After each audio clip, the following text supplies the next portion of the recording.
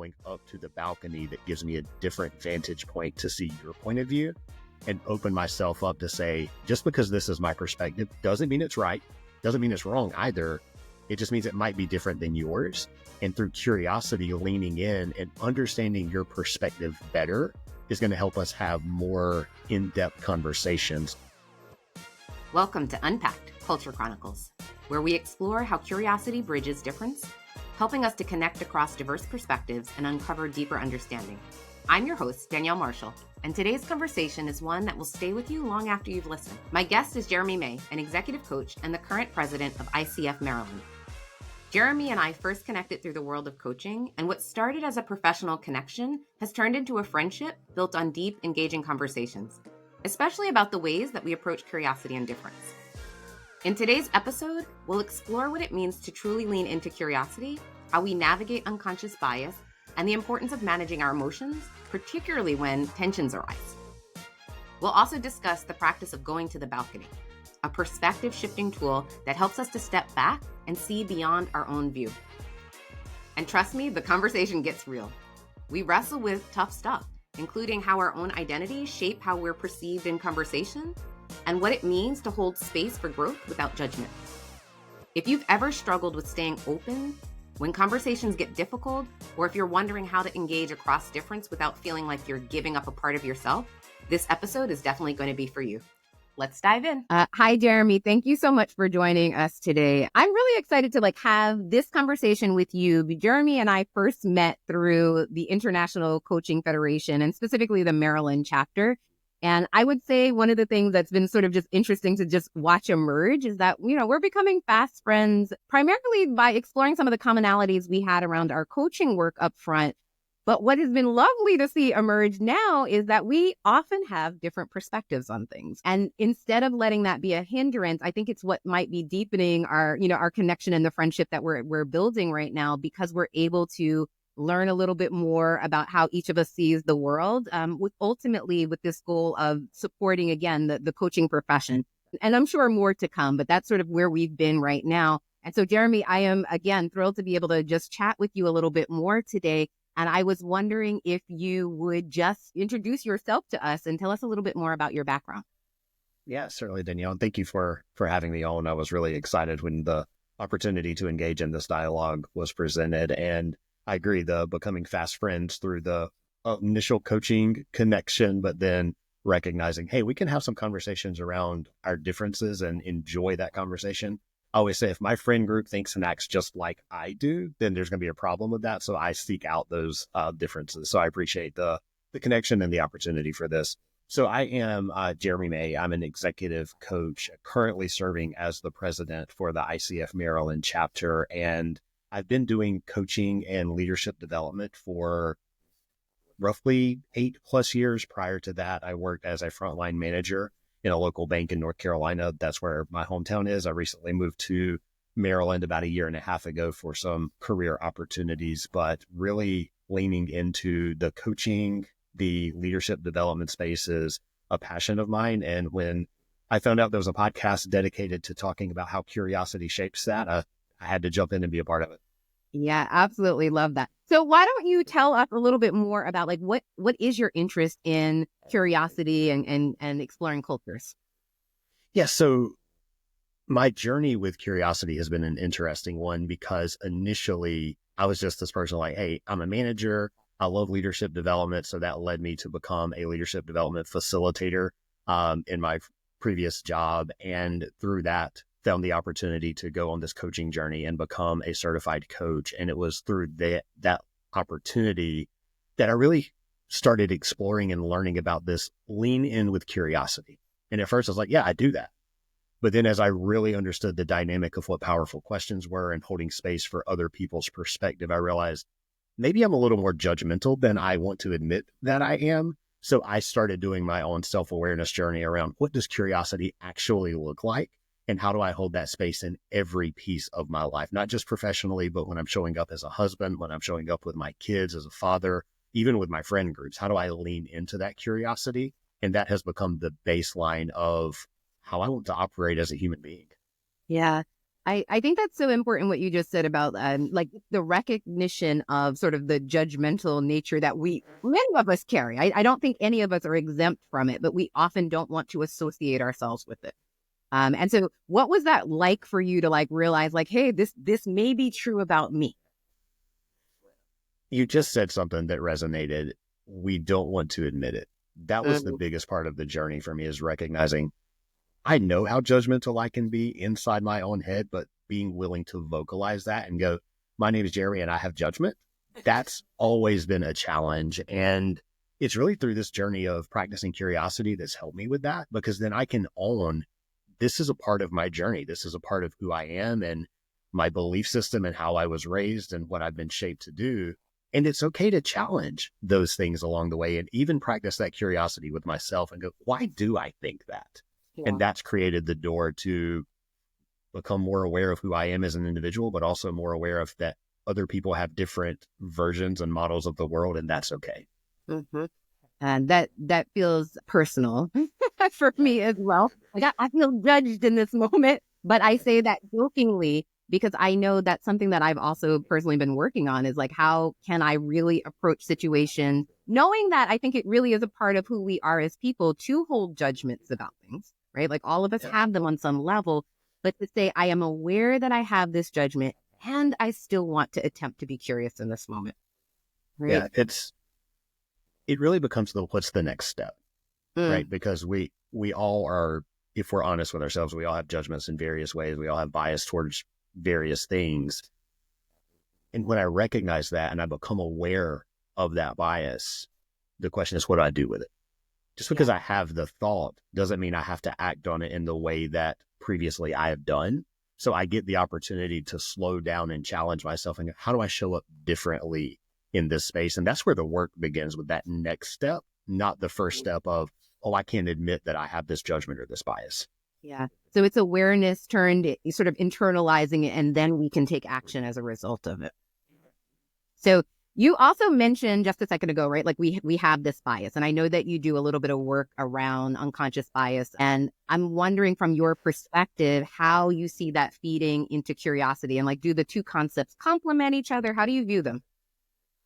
I think they complement each other very well and almost are required, right? If I'm trying to surface and recognize the areas of unconscious bias, I have to practice the curiosity. And that understanding really came with my journey of becoming a leadership development facilitator. So for a previous company that I worked for, I did diversity training for managers Mm, as part of our curriculum. And I remember the very first time I facilitated that training. It was supposed to be an all-day training, and I had the leader guide and everything that I was supposed to be talking about. And I was very nervous because I was like, I don't want to say the wrong thing or do the wrong thing. And a 8-hour class turned into about 4.5 hours with a lunch break, and everyone went home early. As I recognized that's not going to be advantageous to my career to keep cutting these classes short, I've got to do something different.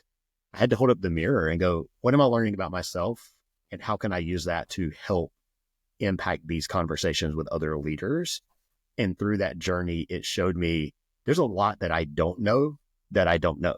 mm, And as I'm leaning in and asking the questions and challenging myself to learn about cultural difference and all of the things that shape the way we think about others, it gave me the opportunity to do it with curiosity and recognize I can give myself a little bit of grace because I can't hold myself accountable to things I don't know. But the minute I'm aware of, hey, I didn't know that thing, it's now my job to do the work to learn about it. yeah. I can definitely sit with that one for a minute because I think that there's what I'm also hearing is it's about humility, right? So that one, we can admit these things for ourselves and it doesn't have to be the end of the world. So it's just a new noticing, right? Like that's it. It's as simple as, and noticings can happen in so many ways for me. It's like, well, I have gone up 5 pounds on the scale, right? I might not beat myself up for that, but I am noticing it. And so now the question is, what do I do as a result of this? I might be perfectly fine and this is quite comfortable for me. I might feel like, hey, you know what? I'm trying to go up another 5 because sometimes we're trying to put on weight, right? I might say to myself, I need to lose a little bit. And so therefore I am acting differently as a result of. whatever has happened, but it is the awareness that this thing has now surfaced that's important. I wanted to sort of circle back to this idea of unconscious bias. If you're leading these trainings, one of the things that I've heard when I've facilitated around this topic is the fact that there are people that will often sit in the audience and they're like, well, I don't have any unconscious bias. It just doesn't exist. How do you counter that? What do you say? So coming from North Carolina, I use this multiple times when I would have leaders go, I don't really have bias. I'd say, okay, well, the Tar Heels are better than Duke. And they would like, no, they're not. Okay, well, let's explore that a little bit. How do you feel knowing that I'm a Tar Heel fan? And that would start a conversation around, well, and I'm not a huge sports person, but I knew that analogy would always land because there's such a rivalry between those two teams. And what I was able to help leaders see in that moment is a preference that you have about something can quickly turn into a bias because you're now making judgments about the other people and their lack of, because they don't believe the same thing you do. So to say I don't have bias isn't true because we all have preference, and without intentional effort to recognize my preference and your preference may be different, and that's okay, it can create that bias. It's the way we process the information. It's the human existence of the way our brain perceives information, that anything different is a threat, because it goes back to the early nature of humans where that rustle in the bushes, I had to think about it as a tiger and run away from it rather than go explore it and say, this might be a cute little bunny. It's the survival technique that we had innately as human beings that has lasted through the years of our experience and our growth as a species. And now difference, meaning threat initially, creates that bias and causes us to react and behave in ways that when we don't perceive it as a threat, we would show up differently. That's why curiosity is such a pivotal piece of managing the unconscious bias, because when I recognize, I perceive this as different, pausing and going, what am I learning about this, allows me to explore it and think about it differently. So I can go, that's not actually a tiger in the bushes. Let me lean in and explore. Yeah. As you say that, what surfaces for me is it's part of the reason that I started this podcast, right? I think so many of us are looking at one another as threats. This person is from a different religion. They're from a different, racial group or ethnicity. Therefore, they're not like me. I should be wary of them. And with that idea in mind, I think it stops us from forming like fundamental relationship, being able to lean into that curiosity, because we're like, well, I might want to approach this. And I'm not really sure if I can trust that individual yet. So I definitely can see the merit in this, and we need to continue to lean into it, to use your phrasing. And so, to take that thread, you said something to me in preparation for this call, and you mentioned this idea of going to the balcony, right? To try to see someone else's perspective. And I'm wondering now if you could explain maybe what that means from your perspective, and then also how it influences your approach to curiosity. Yeah, so I went through some leadership development a few years ago, and they introduced this model of conscious leadership and going to the balcony, where we recognize in any given situation, I have my point of view, you have your point of view, and in the middle, there's reality. And we have a piece of reality, but we don't have the whole scope of reality, regardless of how much effort from our point of view we try to bring that reality into the whole circle of my perspective. We're never going to be able to do that. Mm-hmm. So what it takes is a different vantage point, and that's where the going to the balcony language comes from, because I'm not removing myself from my point of view. I'm taking my point of view with me, but I'm going up to the balcony that gives me a different vantage point to see your point of view and open myself up to say, just because this is my perspective doesn't mean it's right, doesn't mean it's wrong either. It just means it might be different than yours. And through curiosity, leaning in and understanding your perspective better is going to help us have more in-depth conversations, versus if I'm holding the space of this is my point of view and I'm standing on it, I'm never truly going to be open to your ideas. Yeah. Whether I have belief systems that tell me your ideas are wrong or right or whatever, I've got to be willing to step outside of my point of view as the right point of view and be willing to hear other people's perspective. And that's where that balcony language comes from. Yeah. That talks to me about like that. Again, my favorite question is, what else might be true? Right. Yes. So Yeah. As I'm thinking about that balcony perspective, it's again, to your point, like I'm not holding my idea as the fundamental only correct thing, that there may be other ways of thinking about this, or things that are right in this particular situation. But I do wonder, again, from your perspective, what it looks like from a practical application to go up to that balcony. And I ask that because one of the things that I'm really seeing people struggle with is like they conceptually, I think we understand a great many things, but it's like, well, what does that translate into in terms of how I handle that day to day? Yeah.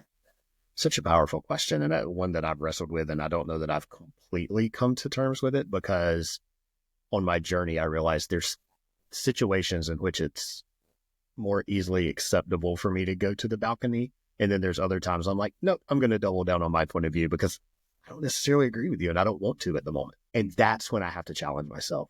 And I have to go, well, what benefit can I gain from stepping onto the balcony? And the benefit I gain is I get outside of my own head. I allow myself to, for the moment, suspend my judgments about any given situation and operating from curiosity on the balcony. There is no place for judgment on the balcony. So I have to ask more questions. I have to not assume any intent. It's really, let's take this at surface or face value. Let me hear what you're saying. And from there, see if there's common ground that we can find. Because at the end of the day, we are all human beings and we make our decisions and build our belief systems out of what we think is best for us. And if I can, through that lens, ask more questions, it allows me then to shape the way I interact with you. And that's more for me showing up well in that space rather than me giving up some ground that now you're winning and I'm losing because I'm including your perspective. And I think that was a big piece for me early on in doing this work was, well, if I give them space to share their voice in this moment, I drastically disagree with what they're saying. So am I giving in to their perspective? And what I found more and more is it's not about winning or losing in that moment. It's, can I find space to connect with you in some way so that we can have better dialogue? And what is that? And sometimes, depending on the situation, what I find through asking more questions is recognizing the person on the other side of that is a bad faith actor and they didn't have any good intent anyway. And now I get to make that choice of, I'm going to actually remove myself from this because it's not helpful in any direction. But if I operated solely from a place of judgment, that would have happened too soon and I wouldn't have been able to lean in and find out more about the situation. The question of what do I stand to gain, right, from going to the balcony, I think is a really important one, particularly as we consider many of us, again, as human beings, we're always asking what's in it for me. But I have not heard it phrased quite in the way that you just used it, right? So this opportunity to be curious, to take on another perspective actually can be beneficial to us if we allow it. And I was thinking back to a conversation that I had recently with someone who we share very different political ideologies. And it was interesting because I was listening to the person as they're talking. And in my head is like, I do not agree with you. But similar to what you said is like, I reached inside to get another question, right? I was like, what can I ask in this moment to sort of level set to better understand this person's thinking? And as I'm asking the questions, I was able to hear new context that I hadn't expected to necessarily hear from them. I did not agree with it either way, right? I stood firm on my value and my position from where I stood originally. But what was interesting to me is I had not heard that phrasing and that line of thinking from anyone else before. And I realized had I stopped the conversation at the point that I felt triggered, I would not have had access to this information. And so again, it did not persuade me necessarily to think differently, but I feel like I am armed with like a whole new, set of knowledge and tools that I might use as I'm working with other people because I have this particular perspective that was gifted to me, quite frankly, in this moment. And what was really interesting is at the end of the conversation, this individual also did not agree with my perspective. And we both agreed that it was a wonderful conversation. There is nothing that would have prepared me for that. But what made it wonderful in that moment is like, hey, thank you for the gift of a different lens. Yes. Yes, I love that. It reminds me of going back to what's my intent as I engage in this conversation. And if my intent is to prove that my point is right, then I can do that from a place of judgment and not have to go to the balcony. But generally speaking, if I'm living according to my own values, that's not my intent. My intent is to make a deeper connection with another human being, and I can't do that from a place of judgment. Yeah. And if I allow myself to go to that balcony and ask the deeper questions and engage, we still might leave the conversation realizing that we're on very different planes of understanding here. And neither of us are willing to really budge on our belief system because we hold it so true. But at least I have had a conversation with someone who thinks differently than me.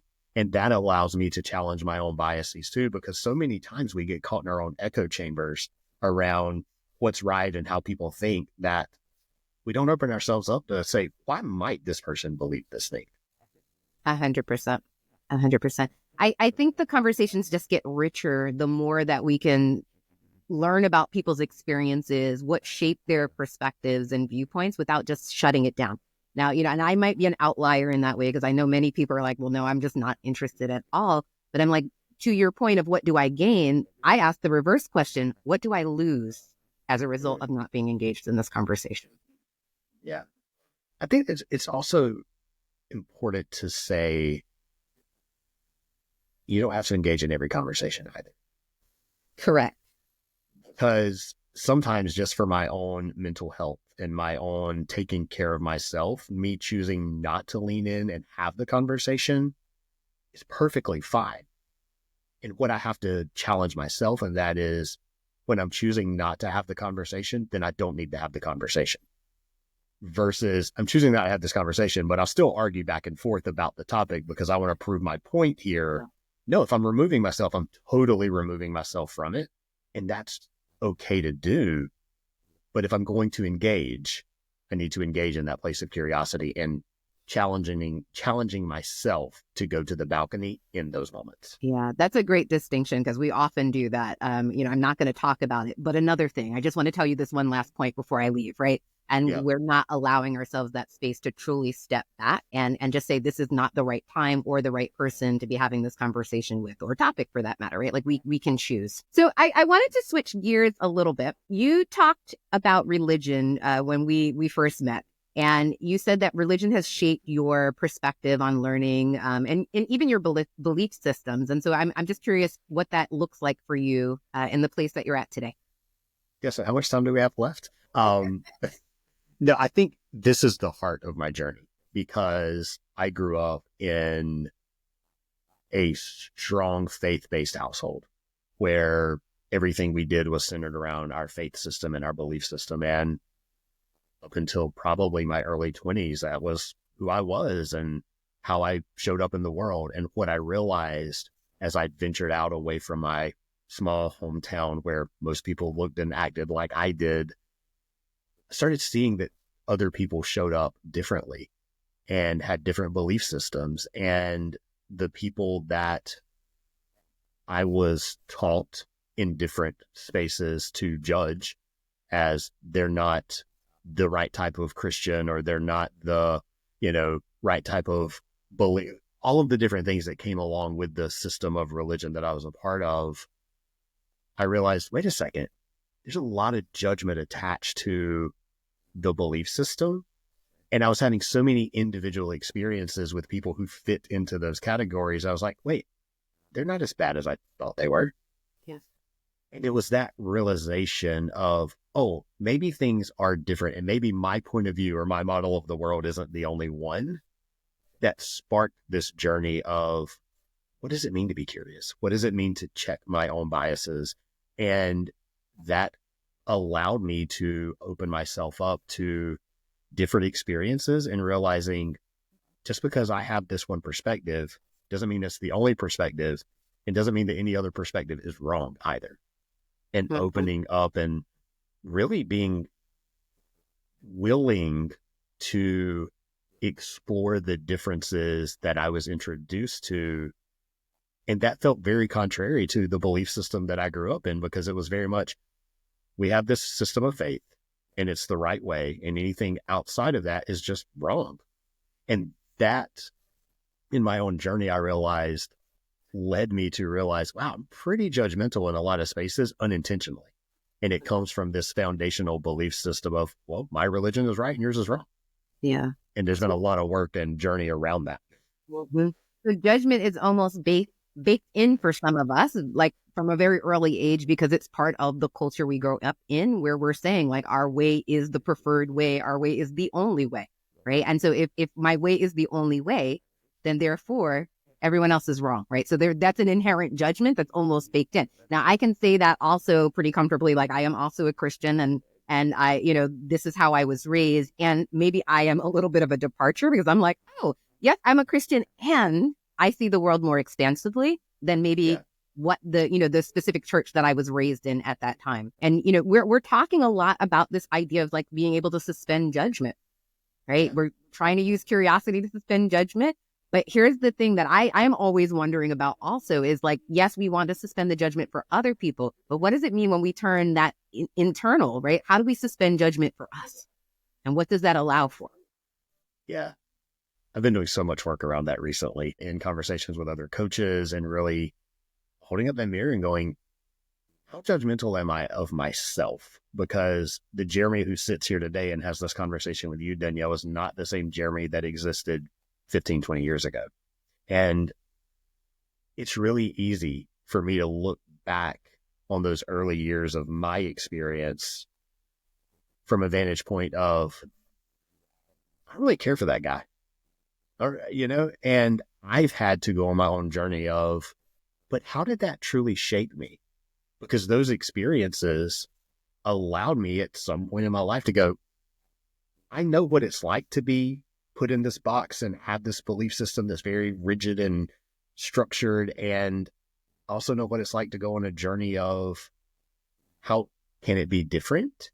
And I have to give grace and practice curiosity even with myself in those moments, because as I look back in judgment of who I used to be, I realize that also dictates when I'm interacting with people that I see of that same faith system or having similar beliefs. Well, now I've got my judgments that I have towards myself, and I'm projecting those onto those people.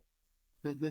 And I went through a real tough journey early on in this work that I've been doing for myself of when I would engage in conversations and try to show other people a different point of view, I found myself very much operating from a place of judgment of, hey, I did the work and I got on the other side. It should be easy for you too. And that suspends everything we've been talking about up until this point about leaning into curiosity. And as I was going through that journey, I realized I'm projecting this. It's not about them in this moment. It's my own struggles with coming to the terms that that's who I used to be and this is who I am now, and both things are okay. Right. And so, and being able to accept that. As you're sharing that, like I'm having like these visions of all these different conversations that I've had over the last couple of years, because I think there are a lot of people who have maybe held one perspective at a point in time, and now they're beginning to shift towards like, hey, my worldview is expanding. I am more accepting of things that maybe I wasn't at one point, or I have new friends and networks.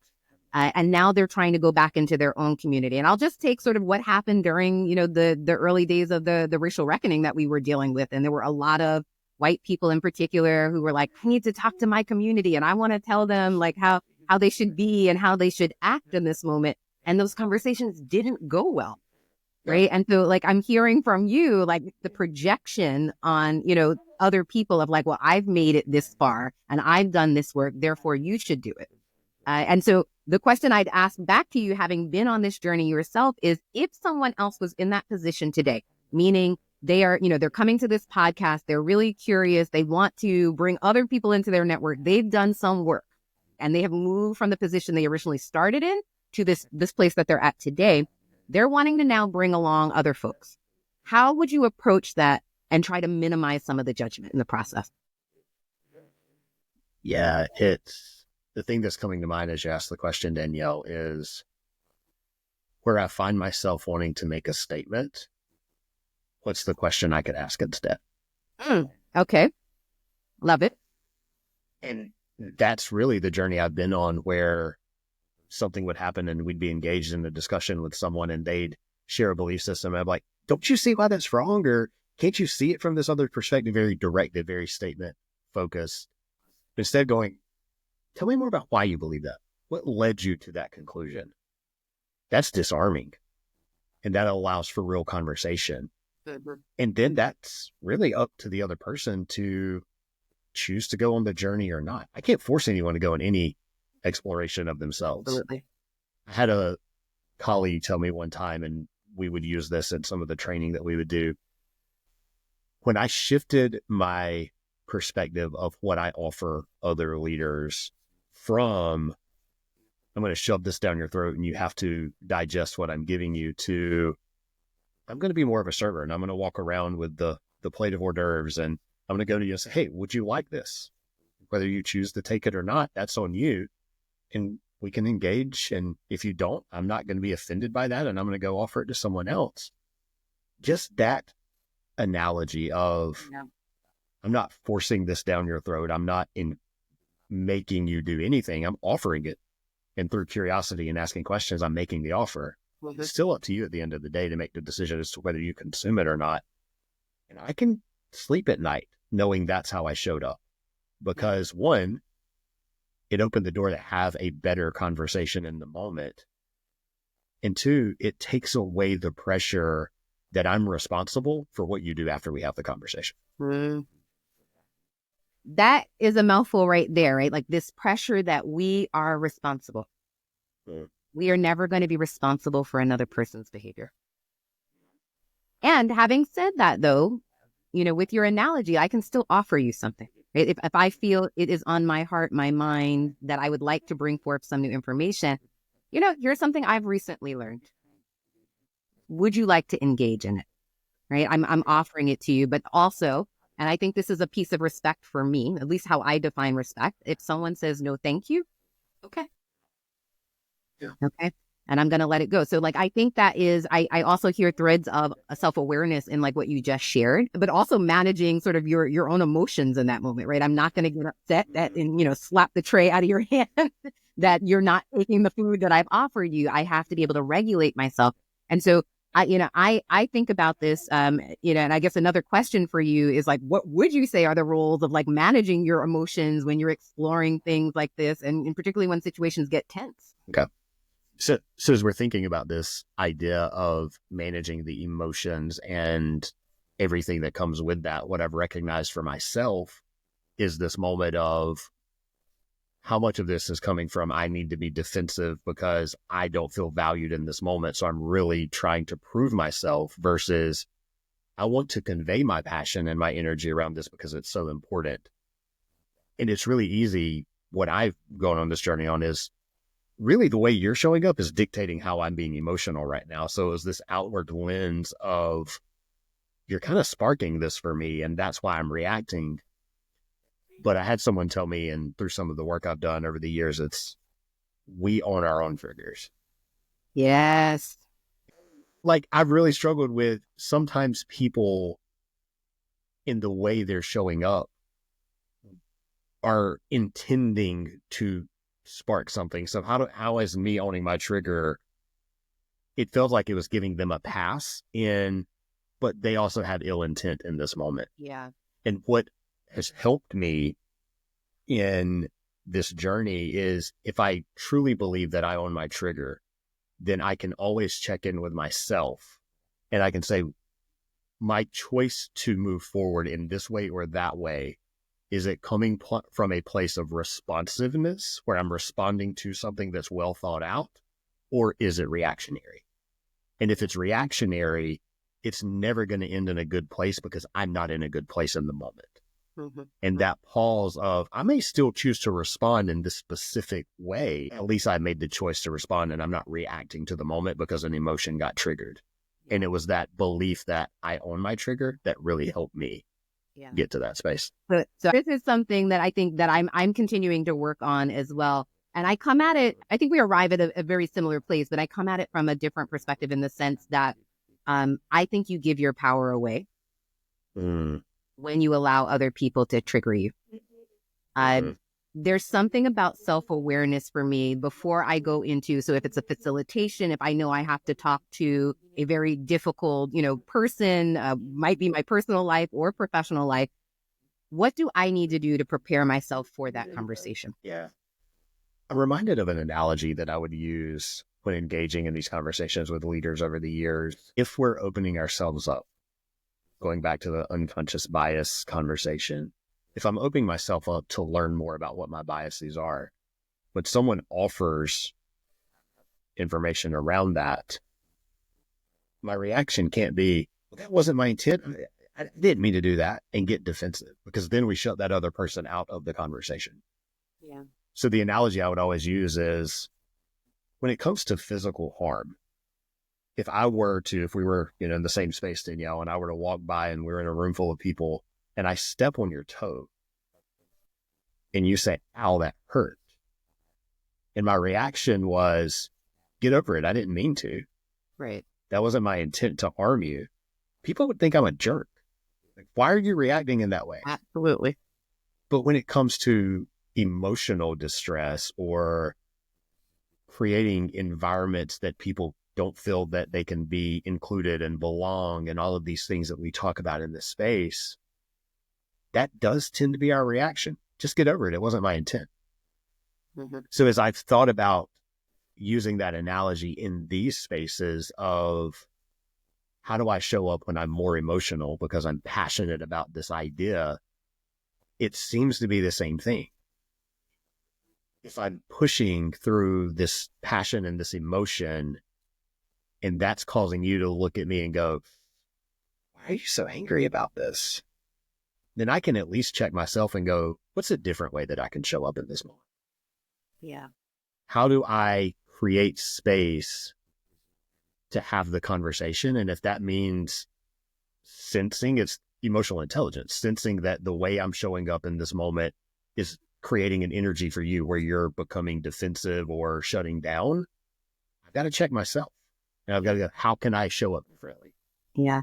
This one, okay, so I'm just going to be honest and name right now. This is one of those moments where I'm like, yes, I love what you just said, and I am having a personal reaction to it, right? And it's not necessarily a bad thing. What you said, I think, is powerful I agree. When our passion, our exuberance about something in particular starts to maybe be off-putting to someone else, it is a moment for us to stop and assess how we're showing up, okay? But now I'm going to approach this also from the perspective of a Black woman. I have a second layer that comes in here. While I can certainly be self-aware and I can focus on how I am making others feel in this moment, there is also a narrative that comes along with my identity as a Black woman. And so as I'm thinking about that, right, we are labeled frequently aggressive. We could just be as passionate as you are about the issue. But yet the title is, I'm aggressive as a Black woman. And so it makes it harder for, I think sometimes, and I will only speak for Danielle, I will not speak for any other Black woman. It is harder to do the self-assessment in that moment because I can't always discern if it's my behavior that's shaping this, or it's this other societal lens that people have placed on me that is changing how I'm received. Right. And so it's sort of navigating the duality of those things at the same time. I am not saying that to abdicate any responsibility I would have for making sure that I am, in fact, walking into a space and being thoughtful and caring, about how my message is received. I think we all have to do that. And I have to also attend to the fact that there's this additional label. So even if I am not angry in the moment, but I just love this idea and I just want to tell you, and I've been waiting all day to just get this message to you. And you're like, wow, Danielle, you're really, you're a bit much today. It's challenging. So appreciate that perspective, because what I realize in my own journey is looking like I look. It's really easy as a white man to be able to go into a room, and even if I'm a little more passionate or energetic around things, a lot of times the interpretation can be, he's got a lot of confidence. Yeah. And he's owning the space. And just the privilege that comes with that in most spaces, my energy and my passion is not going to be perceived as negative.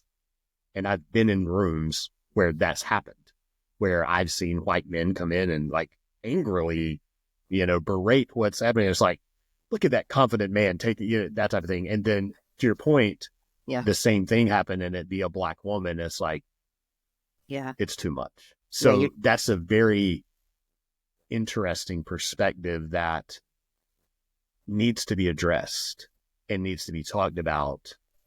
And from my own personal experience, what I've seen is most of the time that privilege allows me to be perceived as confident. But in certain spaces throughout the years, that passion that I have has been interpreted as, well, look at this like young millennial coming in with a lot of ideals, but not a lot of experience. Mm-hmm. So I've had it on that side too of going, okay, you're perceiving me, you're making judgments about my experience because of my passion. Yeah. And from that personal recognition, I've said, what can I do in this moment to create a space where the thing I'm saying can be heard without the judgment of you're too emotional in this. And that's just my own experience. And I don't put that on anyone else, but that's been my own journey to wrestle with that because then there are times where when I pause and ask myself, where's this emotion coming from? And where's this passion coming from? What I've realized is one or two things. Sometimes the energy that I'm feeling and portraying is actually a mechanism because I'm feeling some imposter syndrome about my true space in that moment. And I'm reacting to that. And that for me is never a good place to stand on because that comes with a lot of judgment. Other times, the passion and the energy comes from the empathy that I have for other people. And I need you to understand that this is important and this matters.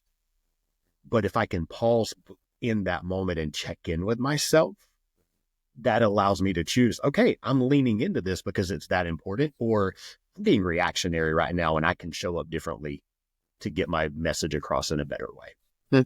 Yeah. And I think that speaks just to the fact that we have to just stay in this practice, because I'm very similar in the way that, yes, I am trying to check in with myself. I'm trying to, even before I walk into spaces, sometimes I'm trying to set the tone. Like, what are my intentions when I am here? How do I want to present this? And still a comment that is made by someone, that it takes the conversation in a different direction than you were expecting. All of a sudden, that can be enough to like knock you off kilter. Like, and so you're trying to figure out like, how do I adjust? And so this idea to be able to like check in with myself, like what is surfacing in me, and like now that I'm aware of it, how do I then move forward? And I don't know that there is as simple as, I've heard people say like, oh, you can use breathing techniques. And I've seen people, put their fingers together and like it's a sensory thing that, I'm trying to ground myself. And those are great practices. Like I use many of them myself, and you have to figure out what works for you, because there may be a time where there is no amount of breathing that is going to calm me down from the place that I am at. And so I'm going to need something else to call on. I'm going to need something else. So Jeremy, we've had like, this is a really great conversation. And I love that we were able to sort of dive into this in particular. What I want to ask you though, just as sort of a closing question here is, is there anything that is coming up, particularly you mentioned ICF in Maryland. Is there anything that you want to share with people? Yeah, I would just say if you're interested in coaching, either from I'm a coach and I'm looking for a community and you're in the area, or I'm interested to see what coaching can do for me in my own development, let's connect through that ICF group, because as a leader on the board of ICF Maryland, our goal really is to create a community of coaches where we can have these types of dialogue and really support each other in the journey. Because what I found early on in coaching is coaching can be a lonely space in a lot of ways, because I'm doing this work, I'm giving so much, I'm holding space for others. I also need my community of people that I can hold space with and learn and grow together. So we're really trying to create that community locally in Maryland, but then also supporting the global initiative, what ICF stands for. And we also look for opportunities to engage in community efforts. So if you're thinking about, hey, coaching could help us in this space, let's have conversation too, because we want to support the community that we're a part of as coaches. Absolutely. Thank you so much, Jeremy. This, I every time we get together, I'm like, I never know where the conversation's going to flow, but I love that we can just sort of ping pong ideas back and forth. And, what I hope that people understand is even as we have differing perspectives on things, it is okay. We can sit here, we can talk about them, we can look at the world, and come up with a solution that helps to move us all forward. And like, that's the thing that I just really want is there's always going to also be some commonality. How do we find that? Right? Because I may see the world differently on this one point, but I'm like, there's probably 3 others that we see it very similarly. Yeah. And so how do we get back to that? It's such an interesting point because I've done so many exercises in the work that I do where you've got a group of people sitting at a table and it's like, find the commonality, find the thing that you have in common. And that's great. And that brings connection. But I almost would love if we could get to a place where it's like, find the difference and let's engage in that together. Yeah. Because that's what makes us unique. In my language, Jeremy. I love to talk about the differences, but I also hold the perspective that different is not bad. It's just different. And, I had someone once say to me, what are the differences that make a difference? And that was such a powerful question for me because we need to be able to examine, like, we're not all having the experiences that are exactly the same. We do not all see the world the same. And so if we can get into those differences without necessarily saying, again, there's bad. I'm not putting a judgment on it. It's just that, hey, tell me a little bit more about, again, what passion means for you when you walk in the room. And then, hey, Danielle, you tell me what passion means for you and how are you received when you walk in the room? Those are differences that make a difference. And I think we're all richer as a result when we have these conversations. Yeah. And being able to, in those differences that make a difference, speaking from my vantage point, going, just because I've never been on the other side of being labeled the angry person for having emotions, doesn't mean that it doesn't exist and is meaningful for you. And that even allows the curiosity to go, how can I learn more about that experience, even though I'm never going to experience it myself? Absolutely. We're all going to have our own personal experiences, and then we're not going to understand everyone else's. But you're right. We can learn about them. We can appreciate them for what they are. But most importantly, we can believe them when people tell them to us. Yes. So on that note, Jeremy, thank you so very much for coming on today. You dropped a couple of nuggets on us, so I'm going to be chewing on a couple of things that you said today, and I appreciate you being here with us. Yeah, so thanks for having me. I've enjoyed the conversation and look forward to more opportunities to chat. Okay, thanks so much. Wow, that was a rich conversation, right? Every time Jeremy and I talk, I walk away with something new to reflect on, and I hope you do too. One of the biggest takeaways from today's episode is this. Curiosity isn't just about asking questions. It's about making space. Space for different perspectives, space for growth, and yes, even space for discomfort. It's about recognizing our own triggers and understanding what we bring into a conversation and then choosing how we want to engage. I hope this episode gives you something to sit with, maybe a new way of thinking about bias, a question to ask yourself, or even just the reassurance that it's okay to be in process. If this conversation resonated with you, I'd love to hear your reflections. Connect with me on social media or leave a review. It truly helps bring these conversations to more people who need them. Until next time, remember, curiosity is a practice, and where curiosity leads, connection grows. Be well, everyone.